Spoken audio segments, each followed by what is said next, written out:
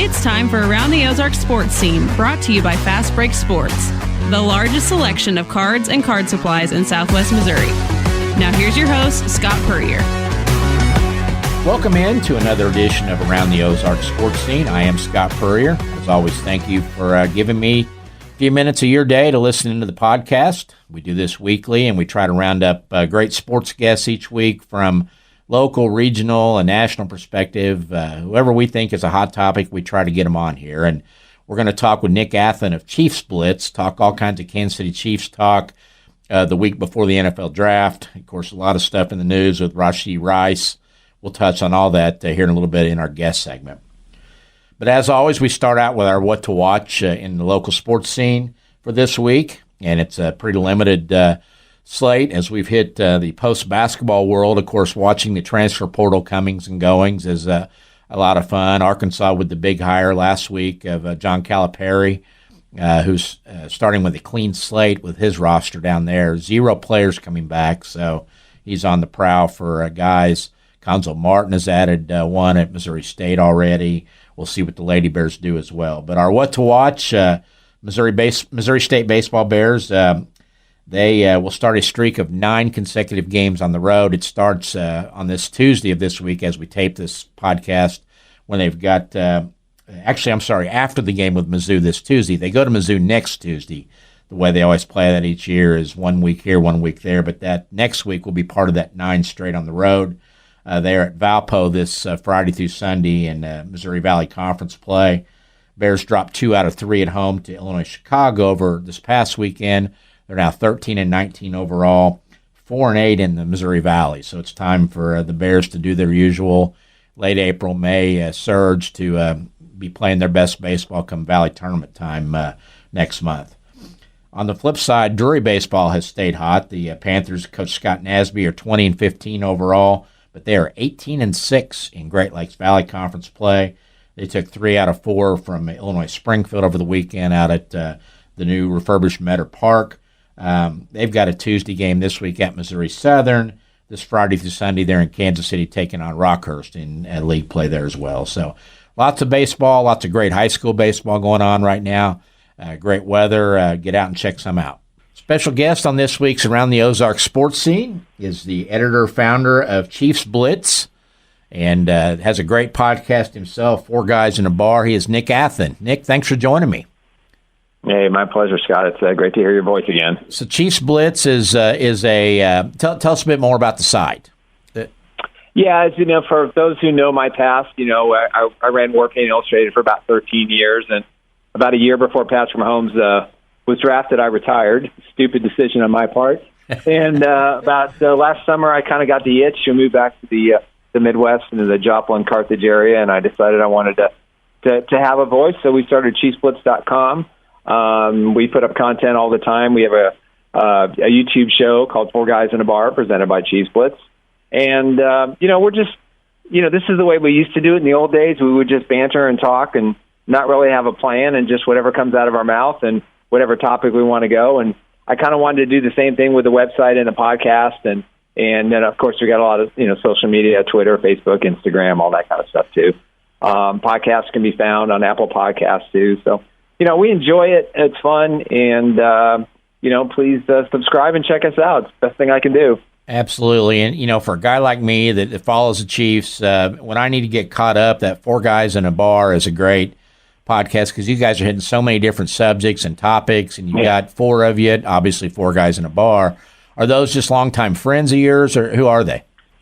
Lou, the senior member, and I have known each other a while, on social media. The other 2, when I started this thing, and I think you were one of the first to respond, I was just looking for people that wanted to get involved, and so Hens and Andre, we met at a restaurant in Kansas City, hit it off, and they had a show they did on Saturdays, and it just was a good fit. So we tried about maybe 15 shows before, maybe we got to 30 before we kind of hit a stride and we got used to each other. It takes time to develop rapport. Just like it takes time for athletes to adjust to their teams. I mean, it was kind of a similar process, and right now we're just grooving. We just hit the play button, and whatever happens, happens. Well, the NFL draft coming up next week. I kind of wanted to get you on before the crunch of requests and data next week and information. and before we get started with some of that talk, will we be referring to this team as the Fort Worth Chiefs down the road, or is there anything to that threat to move them out of KC after the stadium vote failed? No, there's just some opportunity. The mayor of Dallas kind of being opportunistic, and even Jerry Jones chimed in and said, hey, he would love to have an AFC team in Dallas because, obviously they're in Fort Worth. Listen, there is no chance, zero zilch, that the Kansas City Chiefs are going to move anywhere but about 25 miles west to the Kansas side. That's it. They're not going to San Antonio. They're not going to go to Dallas.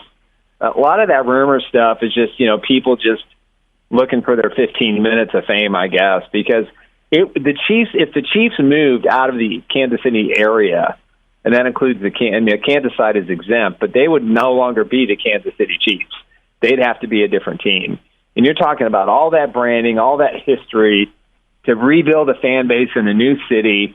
I mean, you got Patrick Mahomes, you got the greatest football player on the planet right now, and probably arguably going to be in the top 5 all time when it's all said and done. You're not doing anything but building a cathedral for the king, and the king is Mahomes. So, no, they're not going to move to Dallas or anywhere else, San Antonio. They probably will end up in Kansas City, Kansas, near the Legends, for those familiar for the area.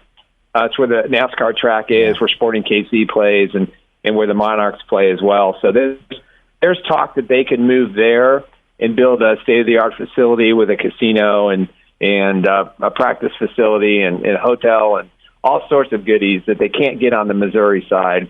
I think that's where they're going to end up. The Royals, who knows at this point, they may go to Kansas, they may go to Johnson County, but I think both teams, in my personal opinion, have no interest in negotiating with Jackson County any further.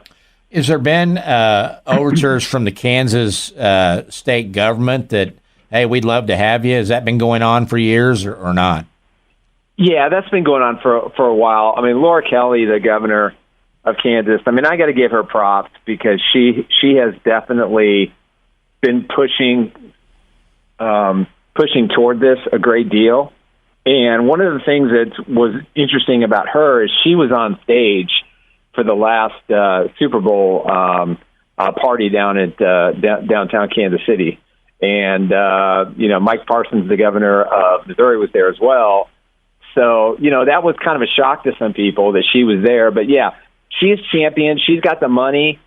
She's got the commitment from the area, from business owners. They've got the land. They've made an offer. Now, whether or not the Chiefs accept it or not remains to be seen. But, Governor Kelly's rocking Kansas right now. She's done a lot to help at KU in building and getting some stuff done for their new stadium that's going up for their new district.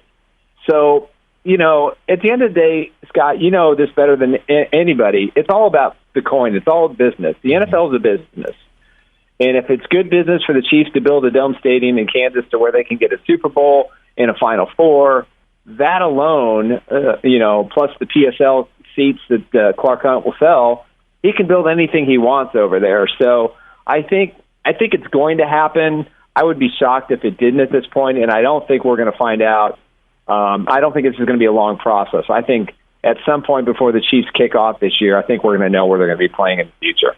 Well, one other thing that for now is up in the air by Chiefs kickoff time in September, Rashee Rice, after his mess down in the Dallas area, back in his home area with the racing incident on the highways and the accident, 6-car pileup. Are there any concerns that he will or will not be in a Chiefs uniform in September? Is there likely an NFL suspension coming at some point? Yeah, well, long term, I think he'll still be a Chief. I think short term, the legal proceedings, he's got 8 counts. All of them, I think, are going to be plead down. He was filed papers. Two of the victims have filed a joint suit of $1 million and then $10 million in punitive damages for $11 million. I don't think they're going to see that kind of money. They'll probably settle that thing at some point. But the NFL will weigh pretty heavily on the fact that he, was speeding and racing and he left the scene, even though he has yet to be charged with leaving the scene of an accident, which I find is very odd. listen, he's in communication with the Chiefs. He's got a great lawyer who's very well connected. I think the Chiefs, the lawyer, the prosecutors in the NFL are kind of all working together. This is not a bad kid. It was a stupid decision. And this is what happens, you and I have seen this for decades.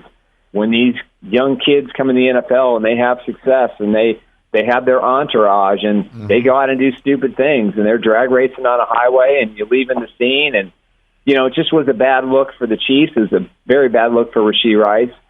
But to this point in his life, he hasn't gotten in any trouble. He never had any issues at SMU, never had any issues his rookie season in Kansas City. Worked hard, was working with Patrick Mahomes in the offseason before the accident with Hollywood Brown. And, this was a shock to all of us. So a lot of people are out there saying, well, that the Chiefs should cut him or get rid of him. That's not going to happen. He's too valuable to this team. But I think 4 to 6 games probably will be a likely suspension. So we may not see him until probably the end of October.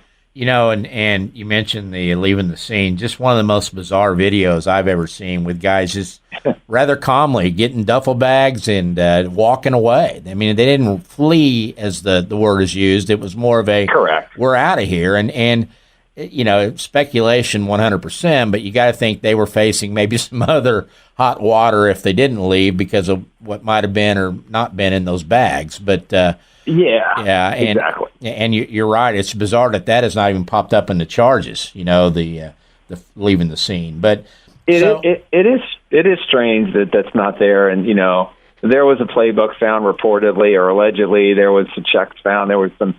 Apparently, there was some marijuana under the legal limit in Texas. So, a lot of this stuff was blown out of proportion. But at the end of the day, it still was a stupid thing that he did. Absolutely. So, NFL draft next week in Detroit. Always a fun time for football fans.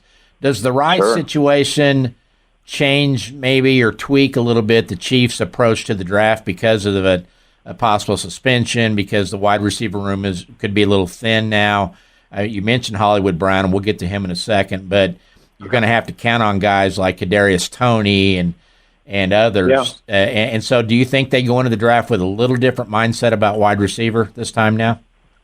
I think they're taking a wide receiver no matter what. I don't think this changes anything. In fact, if I was them, because of the depth of this wide receiver class, I would probably go wide receiver, round 1 or round 2 and 3. I think they still need to find a tackle. I'm not sure what they're going to do at the left tackle position yet, but this wide receiver class, I mean, you can go through this top 20, maybe 25 when it's all said and done, and you can find probably, I would say, 15 starters out of those 25. And the other guys would be good role players. I mean, it's so deep. It's the deepest class I've ever seen. And the Chiefs are, they're looking at all these wide receivers, and I think they're going to draft one in the first or second round. I don't know yet. I kind of, like I said, Scott, I mean, they really don't have a left tackle. They got Wanya Morris right now, and there are some good tackles that are probably going to slide because of the quarterback run that we're going to see at the top end of the draft. So it's possible to go there. But to answer your question, yes, they'll draft at least one, probably two wide receivers when it's all said and done. Got some extra picks in 25 in the Janarius Sneed deal with the Titans. Right. Do they maybe package those and try to move up, or do you think they stay at 32 in the first round? I kind of feel, I'm with you on that one. I think the reason that Brett Veach was adamant about getting that third-round pick next year was so he could use it to move up in the first round.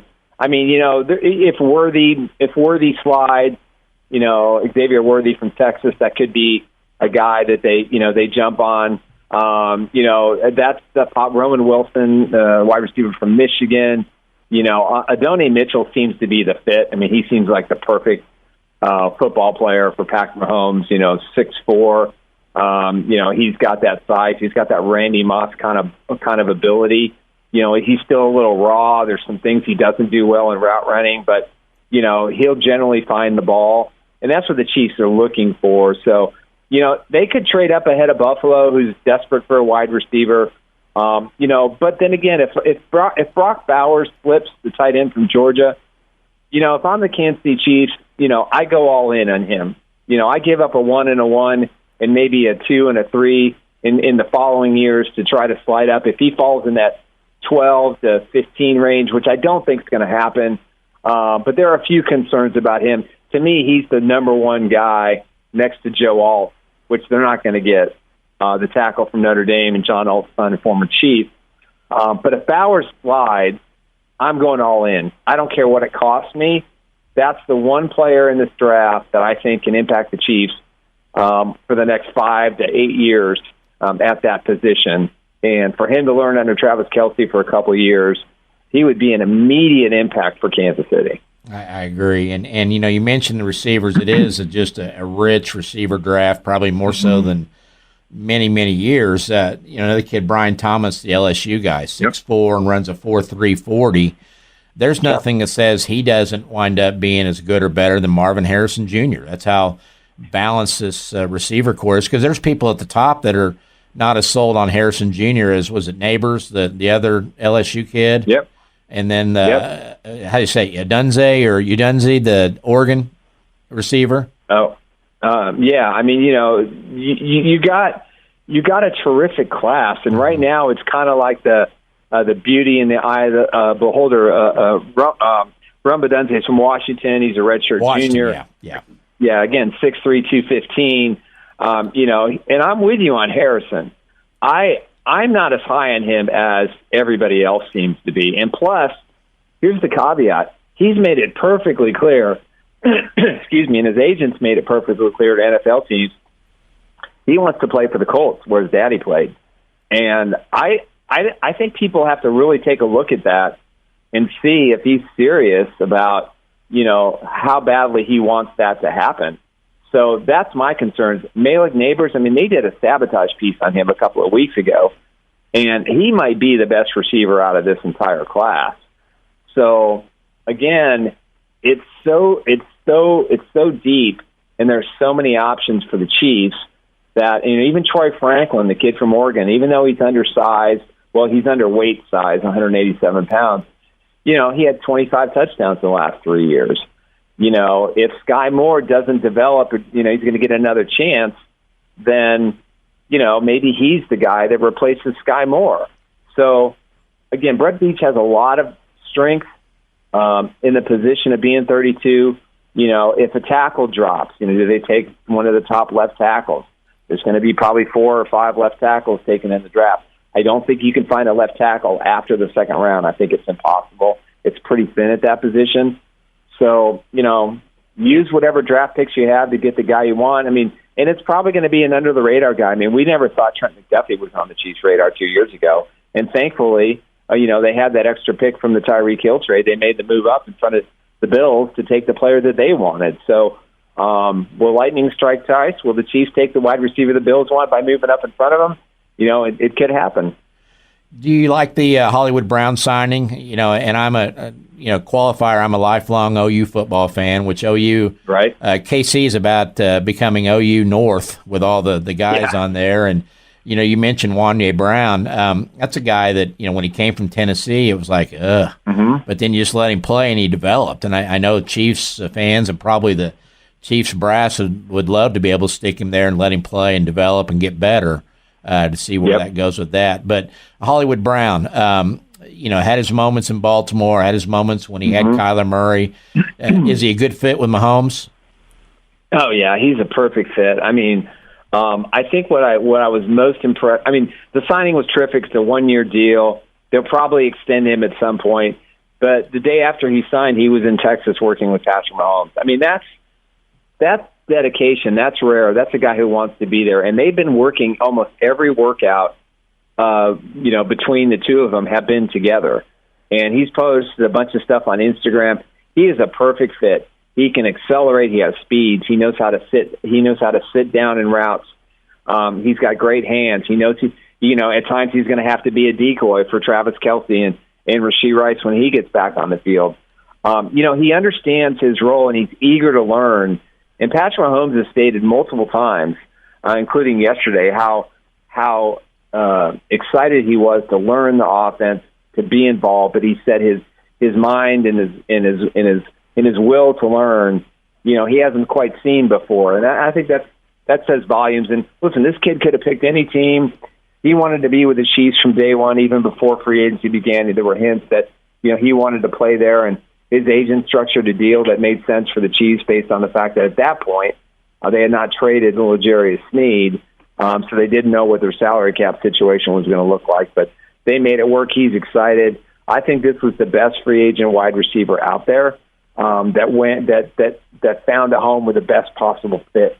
There's some other receivers that signed, and you got some questionable areas of how they're going to fit into their new teams. But I think the Chiefs got this one right. There's going to be some opportunity there, it sounds like, if Rice faces a suspension to start the season. Who do you have more belief and faith in actually being able to step up, Sky Moore or Kadarius Toney? Because it's two guys that can't seem to get out of their own way for a variety of reasons. Well, that's a really good question, Scott, and I kind of vacillate between the two because Sky Moore did everything right in college, came out of college, was a great route runner, had yards after catch, caught everything, understood routes. He did everything right. And then a year later they get Rashee Rice. Again, in college, almost number one at all the categories that NFL teams look for. But for whatever reason, Sky Moore just hit a funk, and he just never got out of it. And, he had an injury. He had a lack of confidence, which he had his rookie year as well. And, of course, he makes the big catch in the Super Bowl and the big punt return against the Bengals. So you're thinking, well, sophomore year, but he hit that wall and he hit that slump. And then with Kadarius Toney, I still say, outside of Brown, he's the best wide receiver on this football team. And it's not particularly close, in my opinion. He just can't get out of his own way. Last year, I think he had a baby. The Chiefs kind of, didn't want him on the field and really wanted him to grow up. And then, last week he shows up in Texas working out with Patrick Mahomes. So that tells me, that he's going to be a part of this team. And further, Andy Reid spoke to the media yesterday, and he was very clear. He's a talented kid. We like him. We expect him to be, a guy who's going to be available this year and play meaningful minutes and make big catches. So I think, this is a contract year for him. I still think of the two, there's no question that Toney has the most talent. And I think he'll get the best opportunity. And with the new kickoff rules, I think he would excel at that. And I think the Chiefs have to get him on special teams because when he's on special teams, he is a better wide receiver when he gets his reps on the field. So I think that's something they're going to look at. And, of course, talk about the ultimate right place, right time guy, Mecole Hardman. They were. I know there was talk in late February about possibly bringing him back. Is that stalled or is that not going to happen? What do you think? I don't know if that's going to happen or not. He's not in a hurry to sign. He's been working out with Tyreek Hill in Miami, but I think he lives down there in the off season, so that's not anything that we should read into anything. But listen, he came in and he made some nice plays for them, and when he came back, and I think if the Chiefs have an injury and he's unsigned, I think they bring him back, but they won't bring him back unless they've got a roster spot for him. And right now, I'm not sure that they do. Touched on Travis Kelce a while ago, and of course Brock Bowers, the Georgia tight end. That'll be. I agree. I think he's a top 10 pick by somebody, maybe even Harbaugh there at is it 5 with the Chargers. How much is left in Travis Kelce's tank? I think we saw a little bit of slippage end of regular season, then he picked it back up postseason like he usually does. But what do you see? How many more years can they get out of him, and what does this coming season look like for Kelce? Well, I'm of the opinion that he's probably not going to retire until they lose another Super Bowl. And, even then, I've maintained that he's going to play 2 more years. Now, of course, the man's in love with Taylor Swift, and it's a great story, and he's having the time of his life. His podcast is number 1. They're working on a network deal for the show. There's a lot of things going in the Kelce way of life for he and Jason. But for me, he slipped a little bit last year. But, he also dealt with a knee injury to open the season. And I don't think it really healed for a while. It took some time. And then with the way the offense was stumbling down the field for that stretch where they were 4-5 or 5-5. That took a lot on him emotionally. And, once they got to the postseason, he became Travis Kelce again. So that tells me he still has it. And in big games, he's going to show up. So if he plays 2 more years, I think that would be wise. That's why I think the Chiefs, going to have to find another tight end at some point, either this year's draft or certainly by next year. But I think he's going to play a while. I don't think he's ready to quit football. I think he's still having too much fun. And I don't think Mahomes is going to let him quit. They're going to they don't want to just win 3 Super Bowls in a row. They want to win 4 or 5. That's the mentality that those two have together. And so I think he's going to play through the 2025 season. And then after that, I think he'll call it quits. 10 years from now, when we get a little space and time between their careers, when the argument comes up, best Chiefs tight end of all time, is it Tony Gonzalez or Kelce? No, it's Kelce, no question. Uh-huh. I loved Tony G. I had a blast covering him when he was in Kansas City, and he was special. But the lack of success in the postseason, the lack of getting in the postseason, really hurt his career and hurt the mindset. What Kelce has done in the regular season and in the postseason, he's got more catches than Jerry Rice. That happens because you're ultra talented and you're ultra good, and you are a special elite player. So yeah, in the Mount Rushmore, it's definitely Tony 1. Tony 2 and Travis 1 for sure. You touched on it, but if somebody had told you back when you dropped out of this world for a little bit of time that the Chiefs would be back-to-back champs and win 3 out of 4, you'd have probably told them they were crazy. But, is this the new norm and the expectation now? Is it going to be just a complete shock and downer if they don't get to the Super Bowl this year? Oh, yeah. It's Super Bowl or bust every year from now on. With Reed and with Mahomes, Kelce, Jones, that's the mentality. And, I tell people this all the time, and they don't listen to me. They're not old enough to understand that the biggest gap that the new era of Chiefs fans with Pat Mahomes have had of not getting to Super Bowl or 2 years. I spent 50 years, and I remember every one of those 50 years and all the disappointments and the ups and the downs. And when they won Super Bowl 54, I said to myself, I'm good. They in my adult lifetime, it had to get me into nearly my late 50s before I saw it. But they won another Super Bowl, and I was good. I paid history to my idol Lenny Dawson. He had Patrick Mahomes, who passed the torch, and then all of a sudden, they get to the championship game a year later, and they don't get it done, and then they go back-to-back Super Bowls. And last year was as improbable as you can even think about.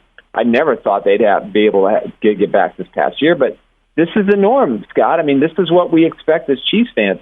Now, I'm a little bit more realistic. They're not going to win them all, and they're going to lose a championship game, or they're going to lose early in the playoffs.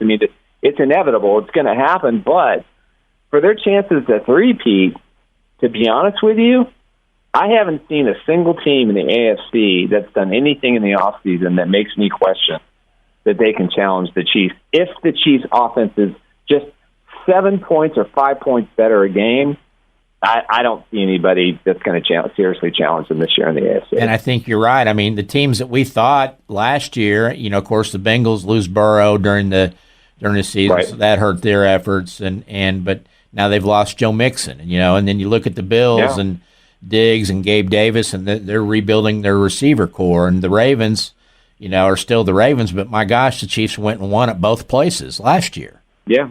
And so, no, you're right. If there's anybody that's an upstart, it might have to be the Houston Texans with Stroud at quarterback and Mixon now and Diggs at receiver. Would they be the biggest threat to the Chiefs this winter? I think so, but, again, you're talking about a sophomore quarterback, and we all know the sophomore jinx is real. Mm-hmm. It happens in the NFL all the time. We saw it in Kansas City last year with a couple of players, and I think when you look at it, you have to say, okay, they've made a lot of free agent signings, they've made a lot of trades. They have to mesh, Scott, and that takes time.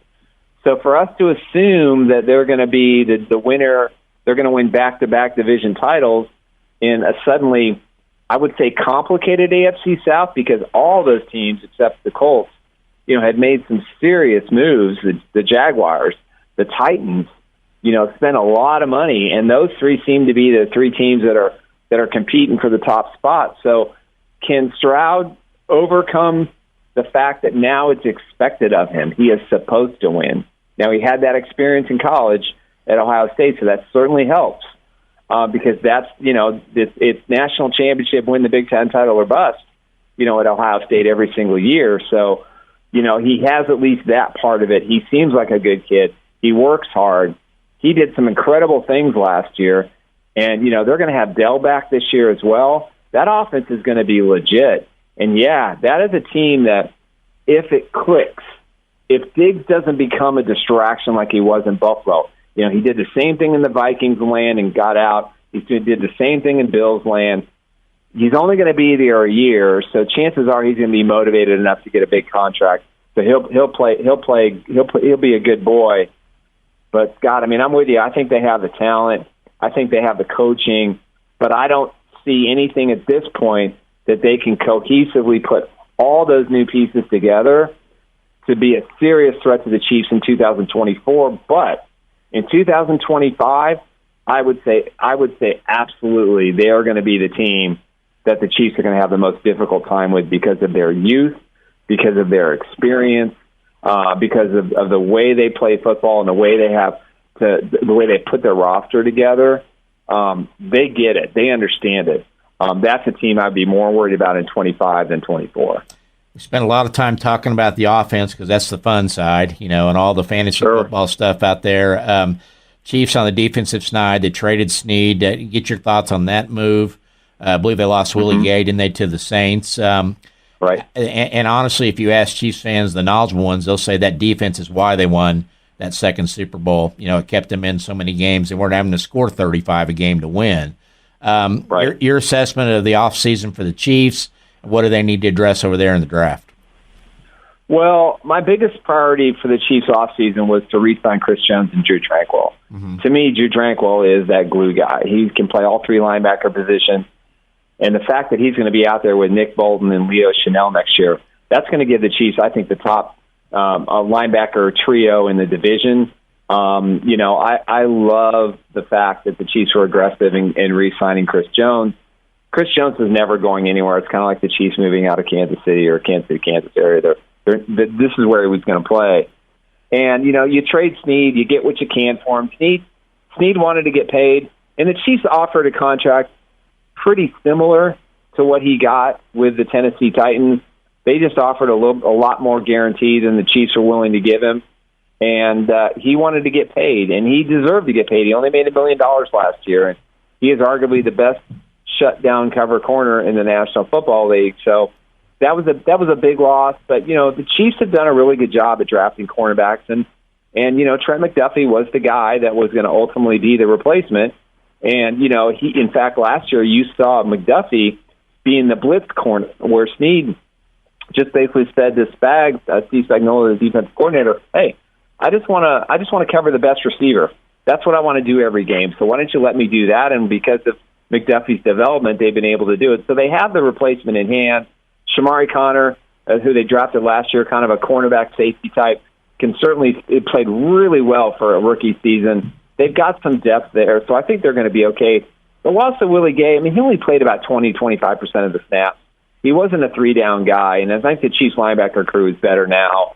With Drew Tranquill starting in place of Willie Gay, I think he can do a lot more. So, again, this defense is still elite. Not elite. I'd say it's still top 5, top 10. That's all it has to be. The Chiefs are going to score more points offensively. The defense may not give up, may give up 20 points a game or 22 points a game versus 17 or 18.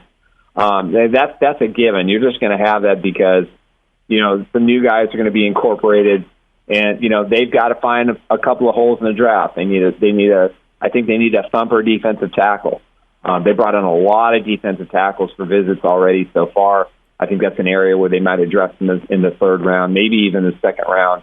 Or if one of the top guys slides in the first round, I would be okay with that as well. But, I think he'll draft Beach will draft another corner. They'll get a defensive tackle. they'll get another linebacker for some depth purposes. But I think everywhere else, I think they're in great shape. Karlaftis has emerged as an elite pass rusher. Chris Jones is Chris Jones. You got Mike Pennell, who they brought back for another year.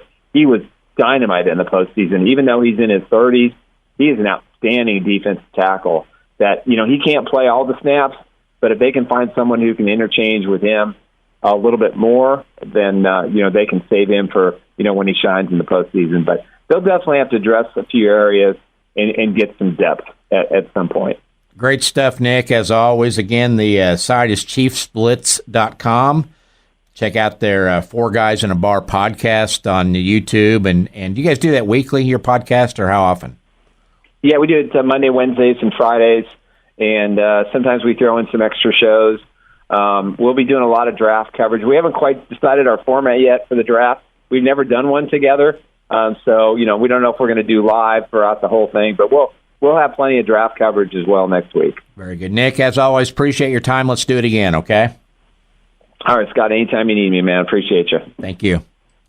Wrapping things up with our weekly Scott's Thoughts, my ramblings and musings on the sports scene, what I've been thinking about, what I've seen, just kind of throwing it out there. And, of course, we start with one of my favorite weekends of the year, the Masters. No better TV watching in terms of golf than watching the coverage from Augusta National, especially Saturday and Sunday with the limited commercials and just the drama that goes on there. But Scottie Scheffler proved he is head and shoulders the number one player in the world by winning the Masters for the second time in 3 years. Very dominant performance on Sunday as he pulled away from the rest of the field there. Oberg, the kid from Sweden, is going to be a player to watch for the next decade or two.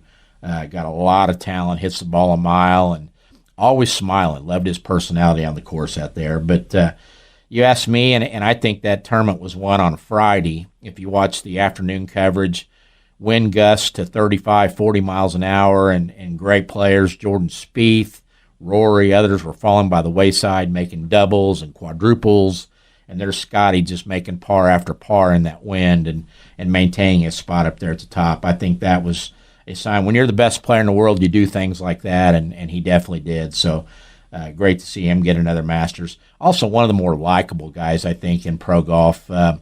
Just never seems like it's a big deal to him, very humble, and we kind of like seeing that in today's world. On the flip side of that, Rory McIlroy, rumors out this week that he may be flipping to the LIV Tour. $800 million plus on the table for him to go join that effort. If that happens, he, in my mind, becomes the biggest sellout in sports history. I don't care how much money it is. When you stand on a podium and talk about how LIV is bad for golf and the PGA Tour is where it's at and where everybody needs to be, and then you turn and go for the money, that's a black mark in my book. So we'll see what Rory does in that regard. Major League Baseball in the state, the Royals are looking fun. They're looking good. Bobby Witt Jr. is the best player that the rest of the world doesn't know about. People in Kansas City certainly do, and good thing the Royals have locked him up for 10 years plus. But Royals are playing good baseball. They're going to be fun to watch. The Cardinals doing their usual tough to get going thing here early on. What in the world have they done to Jordan Walker? The kid was just a star here in Springfield. Got off to a great start last year. They started messing with him, sent him down a little bit, and he just hasn't quite got going this year. So hopefully it's just a slow start to the season for Jordan Walker, along with the Cardinals. Springfield Cardinals, 9-0 start for the first time in their 20 years as a AA franchise here in Springfield. Playing very good baseball. They are on the road this week down in Amarillo, which is off to a 2-7 start. So who's to say the Cardinals don't come back 15-0 in their next week when they're back home again. But a lot of fun to see where that goes with this team, because typically in the Texas League it seems like it's been a 500 or a little bit better for all the teams. Nobody really dominates. Springfield's start is very noteworthy. Lastly, I think we're seeing something special in the Ozarks. I know we're seeing something special, and I'm not sure the public is fully aware because we have a unicorn. His name is Jackson Cantwell. He's the sophomore down at Nixa High School. You may hear a lot about him, and you do about football, because he's the number one recruit in the country in the offensive line for 2026. 6'8", 300 pounds. The kid made a 33 on his ACT. Got a lot going for him. But, mom and dad are former Olympic shot putters, and it is definitely showing up on that side as well now with Jackson Cantwell. He threw the shot this past weekend 72 feet plus, which broke his own Missouri State record, and that is the longest shot put throw in the nation already this year, and he's just a sophomore. I believe he's within like 6 feet of setting the all-time high school shot put record, and he's got 2 years plus to do it. So going to be a lot of fun to watch Jackson Cantwell. Track and field meets are not something the general public typically flocks to, but Jackson Cantwell gives you a reason maybe to go out and watch early on with the field events that typically start right when the meet starts. So we've got a special one right here in the Ozarks. Special thanks to Fast Break Sports, our sponsor of the show. We're actually going to go out there and tape our segment next week on what's hot in sports cards and collectibles, and talk to the ownership out there. And again, we appreciate them for sponsoring this podcast. And a big thank you to all of you for listening. We'll see you next week on Around the Ozarks Sports.